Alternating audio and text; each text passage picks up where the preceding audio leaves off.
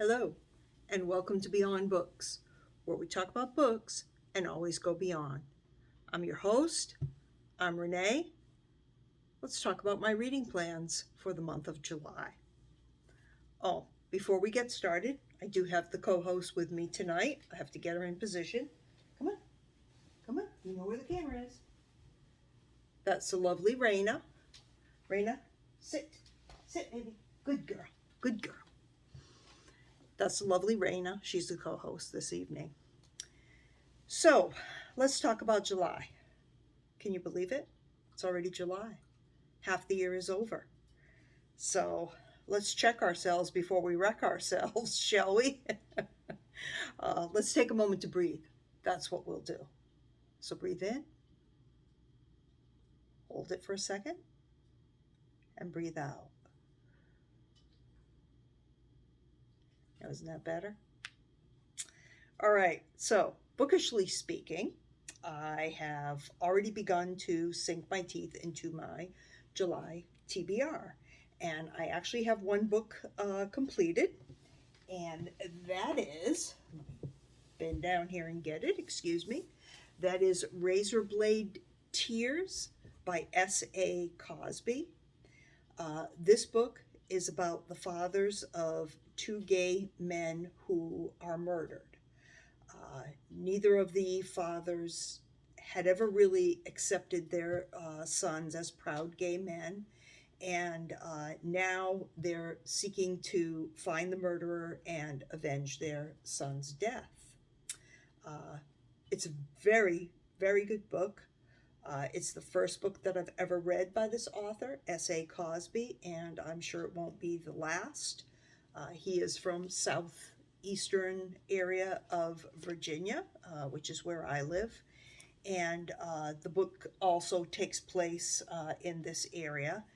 And he also wrote another book called Blacktop Wasteland, which has won several awards.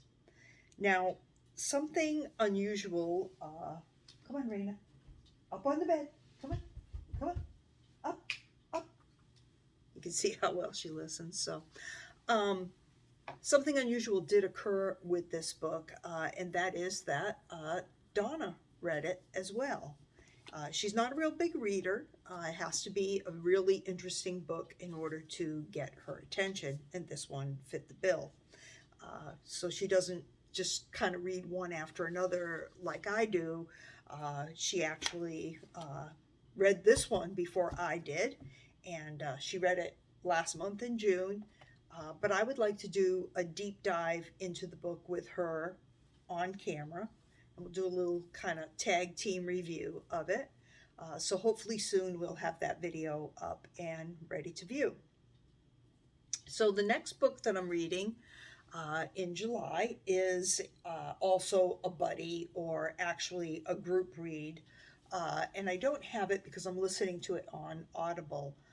That book is A Prayer for Owen Meany by John Irving. I listen to it a little bit every day when I go for my walks. And Pat from Book Chat with Pat talked about it in her video where she does the booktuber name tag, and put out a call to which several of us responded that we would like to do a group read on it. I think she was actually planning that for August, but I'm just kind of getting a head start on it since I knew I was just going to be listening for maybe about an hour a day or less. And it is a long book. It's about 28 hours on Audible, and it's about 637 pages in its printed form. So it will also count towards Big Book Summer, because those are books that are 400 pages or longer. So that one will work for that. Now, if you have never read John Irving, you may want to, come on, Raina, you may want to strongly consider reading A Prayer for Owen Meany. And if that doesn't appeal to you, then there are several others by him. I've read at least 4 or 5 of his books over the years, over a course of many years. Many of his books have been made into movies. The World According to Garp, Cider House Rules, and The Hotel New Hampshire, among others. I've read all of those, and I think that they all are excellent reads. I would recommend any one of those. So next up is a carryover from June. I actually had this on my June TBR, but I substituted Ahab's Return because I just kind of wanted something lighter, and the month ran out on me. There was too much month at the end of the reading. So this month I'll read The Wager. It's also subtitled A Tale of Shipwreck, Mutiny, and Murder. It is by David Grann.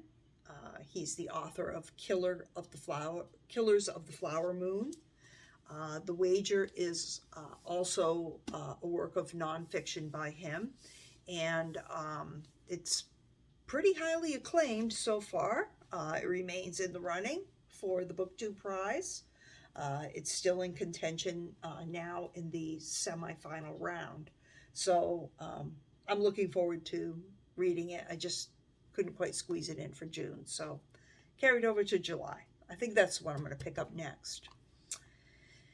So next is a book I'm reading as part of the Ellen Made book club. I'll put a link to her channel below. Every month she selects several books that she plans on reading, and then asks any viewers who would like to join in on one or two of them. So for July, I'm reading for the book club a man called Uva. This is by Fredrik Backman, and this book has been on my radar for quite some time, so I'll actually now have the opportunity to get to it, so looking forward to that. And then lastly, if I still have time in the month of July, I may start The Diary of a Young Girl by Anne Frank. This will count as a banned book. It will be number 14 for me for 2024. Trying to get to 24 in 2024.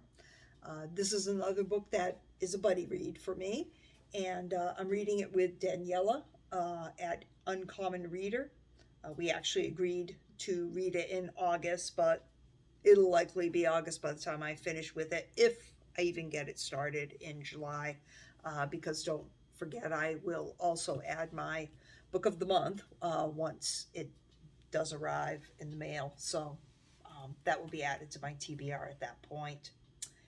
So that's where we're at for our plans for July. Raina, come on up here. Come on, baby.